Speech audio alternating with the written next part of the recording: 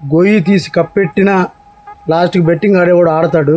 ఏ రాయి అయితే ఉంది పలరాలు కొట్టుకునే దానికి మనం బెట్టింగ్ ఆడుకున్నాం అంటే సరిపోతుంది. నాశనం తప్ప ఇంక వేరేది ఏం లేదు. Hello friends, welcome to Jagadish టెబిసిక్స్లోకి స్వాగతం.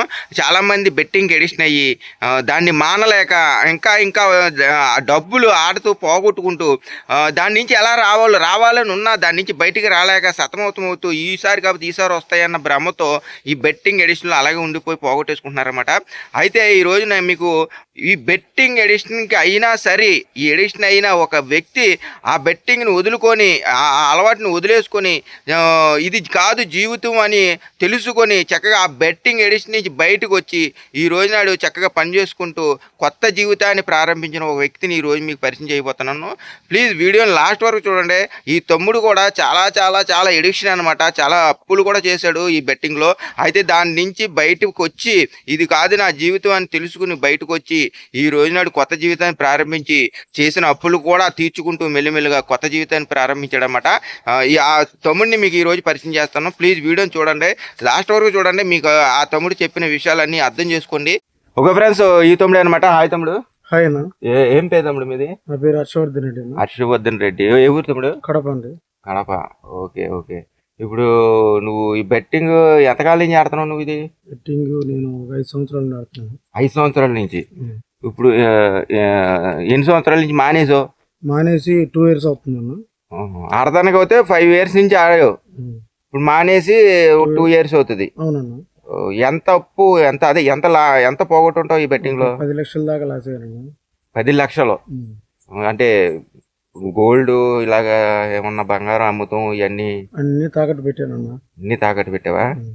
అరే తర్వాత ఉన్నాయా? అమ్మేసావా? అయ్యి అమ్మేసానన్నా. ఏం లేవు ప్రస్తుతానికి. తాకట్టు పెట్టేసి అమ్మేసావు. ఓకే. ఇదంతా ఎప్పుడు బెట్టింగ్ లో ఉండేది అంతే. ముందు తాకట్టు పెడతారో తర్వాత అమ్మేస్తారు. ఇదంతా కామను. సరే తమ్ముడు, నీకు మ్యారేజ్ అయిందా? మ్యారేజ్ అవ్వలేదన్నా. మ్యారేజ్ అవ్వలేదా?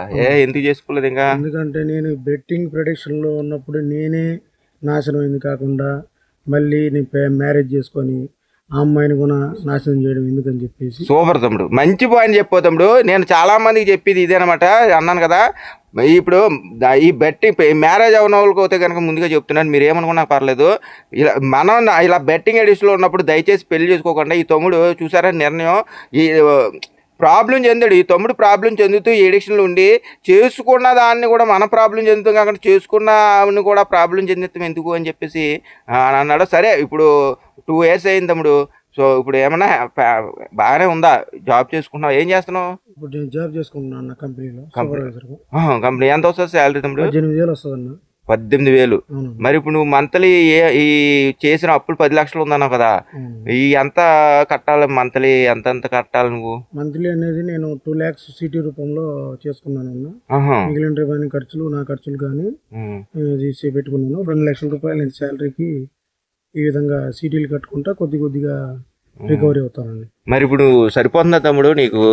ఈ 18,000 అన్నావు కదా శాలరీ, మరి 18,000 నీకు సరిపోతున్నాయా? 18,000 అంటే మనం బెట్టింగ్ ఆడుకున్నాం అంటే సరిపోతుంది. Correct point. మనం బెట్టింగ్ ఆడుకున్నాం అంటే సరిపోతుంది. Correct point. మనకు వచ్చిన ఖర్చుల్లో మనం దుబారా ఖర్చులు చేసుకోకుండా ఒక మందు గాని, ఒక సిగరెట్ గాని, వ్యసనాలన్నీ పక్కన పెట్టేసి మనం మంచిగా వచ్చిన డబ్బులతో మన ఖర్చులకు సరిపడే పెట్టుకొని మిగిలినవన్నీ మనం బెట్టింగ్ లో లాస్ అయ్యాం కాబట్టి దానిలో కాకుండా మనం కష్టపడి పని చేసుకొని అవి తీర్చేస్తే ఇప్పుడు ప్రశాంతంగా ఉండదండి. మరి ఇప్పుడు చాలామంది ఏంటంటే నాకు కామెంట్ చేసినా, నాకు ఫోన్ చేసినా ఎలా ఉంటుందంటే, మాకేమో నేను లక్షల అప్పులు ఉన్నాయి, మేము చేసే పనేమో మాకు 20,000 ఇలాగ 25,000 వస్తూ ఉంటుంది, కానీ మేము దాన్ని తీర్చుకోలేకపోతున్నాము, ఈ వచ్చిన శాలరీతో తీర్చుకోలేకపోతున్నాము, ఏ బెట్టింగ్ ఆడితే ఏదో రోజు డబ్బులు వస్తాయి అది తీర్చుకోవడానికి అవకాశం ఉంటుంది అన్న ఉద్దేశంతో మేము ఆడుతున్నాము అని చెప్పి చాలామంది కామెంట్ చేయడము, లేకపోతే అవి చాలా మందికి ఉండే ఉద్దేశమే అది తమ్ముడు. మరి నువ్వు ఎలాగా ఇది ఇలాగా తక్కువ శాలరీ అయినా మరి నీ ప్రాబ్లమ్స్ ఎలా చేసుకోగలుగుతావు? ఎలా చేసుకోవడం అంటే మనం బెట్టింగ్ అనేది ఫస్ట్ ఒకప్పుడు నాశనం అయ్యాము. దాని గురించి ఇప్పుడు బయటకు వచ్చి అది ఏ విధంగా మానాలని మన మైండ్ సెట్ మనం మార్చుకోవాలి. ఫస్ట్ ఎవరు ఎన్ని చెప్పినా, ఎవరు ఏ విధంగా చెప్పినా అనేది మనం ఆడొద్దని మన మైండ్ సెట్ని మార్చుకున్న తర్వాతనే మనం ఏదైనా ఒక నిర్ణయం తీసుకోవాలి. నువ్వు మైండ్ సెట్ని మార్చకుండా ఈ ప్రపంచంలోని ఎక్కడికి వెళ్ళినా సరే బెట్టింగ్ ఆడాలనే థాట్ అనేది ఉంటుంది అనమాట. ఫస్ట్ నువ్వు మైండ్ కంట్రోల్ చేసుకోవాలి. ఓకే, నీకు వచ్చే శాలరీతో నీకున్న అప్పుల్ని తీర్చుకుంటా ఏమైనా తీరినాయా? ఇప్పటి వరకు నువ్వు చేసిన అప్పులు ఏం తీరినాయా? తీరాయంటే ఇప్పటికీ నేను 2 సంవత్సరాలు కాబట్టి 2 సంవత్సరాలు, ఒక సంవత్సరానికి 2 లక్షలన్నీ ఖర్చు పోయినా సగం 5 లక్షల దాకా తీరాయి. ఇంకొక 2-3 సంవత్సరాలు గానా ఉంటే, ఒక 2-3 సంవత్సరాలు 4 సంవత్సరాలు కానీ ఆ 10 లక్షలు తీరుస్తూనే ధీమా ఇప్పుడు నా దగ్గర ఉంది.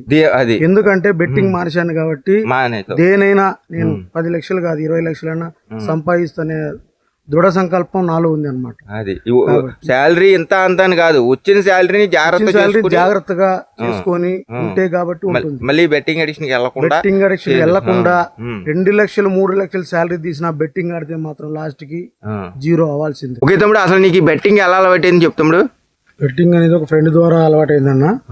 2020లో లాక్డౌన్ వచ్చిన తర్వాత జాబ్స్ అనేది ఏమీ లేక టచ్ మొబైల్ దగ్గర ఉన్నది. ఇది కరోనా టైంలో? కరోనా టైంలోనే వచ్చిందన్న. కాబట్టి ఫ్రెండ్ ద్వారా అలవాటైందన్న. దీనివల్ల అనేది చిన్న చిన్నగా స్టార్టింగ్ లో డబ్బులు అనేది మనం 10,000 డిపాజిట్ చేసిన డబ్బులు అనేది మనకు వచ్చాయి. తర్వాత మెల్లమెల్లగా మొదట్లో వచ్చాయి అన్న. మొదట్లో ఎవరికైనా వచ్చేది ఇలా ఇదే అనమాట. ఈ విధంగా మనకి డబ్బులు ఈజీగా వస్తున్నాయి, మనకు వర్క్ లేదు అని చెప్పేసి దాంట్లో మనకి డబ్బులు రావడం అనేది చేయడం జరిగింది. తర్వాత మెల్లిమెల్లిగా సైట్ వాడు మన వాళ్ళని ఏ విధంగా మనకు ఫస్ట్ స్టార్టింగ్ లో ఒక 1000 రూపీస్ ఇచ్చేసి వాడు మనకు 1000 రూపాయలు గానీ ఇచ్చాడంటే దాన్ని ఒక 10,000 వాడు తీసుకునేసి దాన్ని రాబడతాడు అనమాట సైట్ ద్వారా. కాబట్టి ఈ బెట్టింగ్ అనేది నాకు 3 సంవత్సరాలు, మొత్తం 2020లో స్టార్ట్ అయింది. 3 సంవత్సరాల వరకు నాకు బెట్టింగ్ లో ఒక 10 lakhs లాస్ అయ్యాను. ఆయన ఏ గేమ్లు ఆడావు తమ్ముడు ఎక్కువగా? నేను డ్రాగన్ వాస్ టైగర్ ఆడాను, బౌలెట్ గేమ్ ఆడాను, తర్వాత అన్ని గేమ్లు ఆడాను. అంటే ఇందులో వస్తే ఇందులో అని ఆడేసి లాస్ట్ కి క్రికెట్ బెట్టింగ్ ఆడానన్న. క్రికెట్ బెట్టింగ్ కూడా ఏం రాలేదు. ఏ బెట్టింగ్ ఆడినా ఏ రాయి అయితే ఏముంది పలరాలు కొట్టుకునే దానికి, ఏ డబ్బులు ఎక్కడ పెట్టినా అంతే, బాగా చెప్పు, ఏదైనా రావు. బెట్టింగ్ అనేది ఎప్పటికైనా నాశనమే. ఇలా విన్ అయినప్పుడు నువ్వు బెట్టింగ్ లో విన్ అయినావు అప్పుడు ఆడు ఏమన్నా డబ్బులు ఇచ్చాడా నీకు? డబ్బులు ఒకసారి 2 సార్లు ఇచ్చాడు అన్న. 2-3 సార్లు అనేది బ్లాక్ చేశాడు.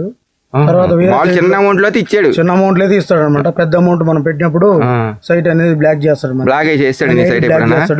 బ్లాక్ చేశాడు అన్న, బ్లాక్ చేశాడు. మళ్ళీ తర్వాత ఇంకొక సైట్ లో ఆడినప్పుడు కూడా అక్కడ కూడా చిన్న అమౌంట్ అయితే ఇస్తున్నాడు, కానీ పెద్ద అమౌంట్ అనేది అవి వచ్చినప్పుడు మనకి బ్లాక్ చేస్తున్నాడు అన్న. ఓకే తమ్ముడు, అయితే ఇప్పుడు మరి ఈ నీకు అప్పులు ఇచ్చారు కదా, వీళ్ళు నిన్నేమన్నా ఫోర్స్ చేయడం అలాగేమన్నా ఉంటుందా? నువ్వు వాళ్ళకి ఏం చెప్తున్నావు అన్న? అప్పులు ఇచ్చిన వాళ్ళు కంపల్సరీగా ఫోర్స్ చేస్తారన్న, చేయకుండా ఏముండరు. మనం వాళ్ళకి అప్పులు పలానా టైంలో ఇస్తామని చెప్పి ఒప్పుకొని లాస్ట్కి నేనే కాల్ చేసి వాళ్ళకి అప్పులు అనేది కొంచెం అనేది టైం కేటాయించి వాళ్ళకి అప్పులు ఇచ్చేసాను. మరి వాళ్ళు ఒకవేళ ఏమన్నా నిన్ను అంటాం ఇంతకాలం అయిపోయింది అంటే ఇప్పుడు చాలా మంది కూడా ఇదే కాల్ చేసి కూడా నాతో మాట్లాడటం కూడా చాలా మంది బాధపడేది ఇలాగే అంటున్నారు. వాళ్ళు ఊరుకోవట్లేదు, వాళ్ళు ఫోర్స్ చేయడం వల్ల టార్చర్ చేయడం, మేము ఇంకా మళ్ళీ బెట్టింగ్ ఆడటం చేస్తున్నాము వాళ్ళకి ఇవ్వటానికి గురించి అని చెప్పేసి చాలా మంది అంటున్నారు తమ్ముడు. మరి దీని గురించి ఒకసారి నువ్వు ఎలా ఫేస్ చేసావు ఈ సమస్యని? ఇప్పుడు దీని గురించి అప్పులు ఇచ్చిన వాళ్ళు కంపల్సరీగా అడుగుతారన్న. వాళ్ళు ఎందుకంటే కష్టపడిన డబ్బులు మనకిచ్చారు, మనం ఏదో ఇస్తామని చెప్పేసి వాళ్ళు ఏదో కష్టపడిన డబ్బులు మనకిస్తే మనం బెట్టింగ్లో ఆడేసి పోయేసి వాళ్ళు అడుగుతున్నారంటే అడుగుతారు. కాకపోతే వాళ్ళకి నేను ఈ విధంగా లాస్ అయ్యాను, నేను ఇప్పుడు కష్టపడి పని చేసుకొని నెల నీకు కొంచెం కడతానని చెప్పి చెప్తున్నానన్న. చెప్పుకుంటా ఎదుటి వాళ్ళు మనం ఎవరికి భయపడకుండా వాళ్ళు ఏమైనా అనుకుంటారంటే అనుకుంటారన్న. కంపల్సరిగా మనం చేసింది తప్పు పని. ఈ బెట్టింగ్ అనేది ఎవరే కానీ జీవితంలో అసలు ఆడకూడదు. దీని జోలికి అసలు ఎవరు వెళ్ళకూడదు. ఇది కన్నా వెళ్ళామంటే దీని జోలికి నాశనం తప్ప ఇంక వేరేది ఏం లేదు. నా బెట్టింగ్ ఫస్ట్ మారాలంటే మనం మైండ్ సెట్ని మార్చుకోవాలి. ఎక్కడికి వెళ్ళి ఏం చెప్పినా, ఎక్కడికి వెళ్ళినా, ఈ ఊరు వెళ్ళినా, వేరే ఊరు వెళ్ళినా, వేరే దేశం వెళ్ళినా ఆడాలనే వాడు ఎక్కడైనా ఆడతాడు. లాస్ట్కి మనల్ని గొయ్యి తీసి కప్పెట్టినా లాస్ట్కి బెట్టింగ్ ఆడేవాడు ఆడతాడు. కంపల్సరీగా ఫస్ట్ మన మైండ్ సెట్ అనేది మార్చుకోవాలి. సరే తమ్ముడు, ఇప్పుడు ఎన్ని సంవత్సరాలు అయింది నువ్వు మానేసి? 2 సంవత్సరాలు అయిందన్న ఉన్న బెట్టింగ్ మానేసి. ఇప్పుడు చాలా ప్రశాంతంగా ఉంది. ఈ బెట్టింగ్ ఆడేటప్పుడు మనకి లక్షలు వచ్చినా కోట్లు వచ్చినా మనకి ప్రశాంతత లేదు. మనం కష్టపడి ఒక నెల 10,000 సంపాదించుకున్నా ఇప్పుడు హ్యాపీగా ఉంటున్నాను. నేను చెప్తున్నానంటే దయచేసి ఈ బెట్టింగ్ జోలికి ఎవరు వెళ్ళకండి.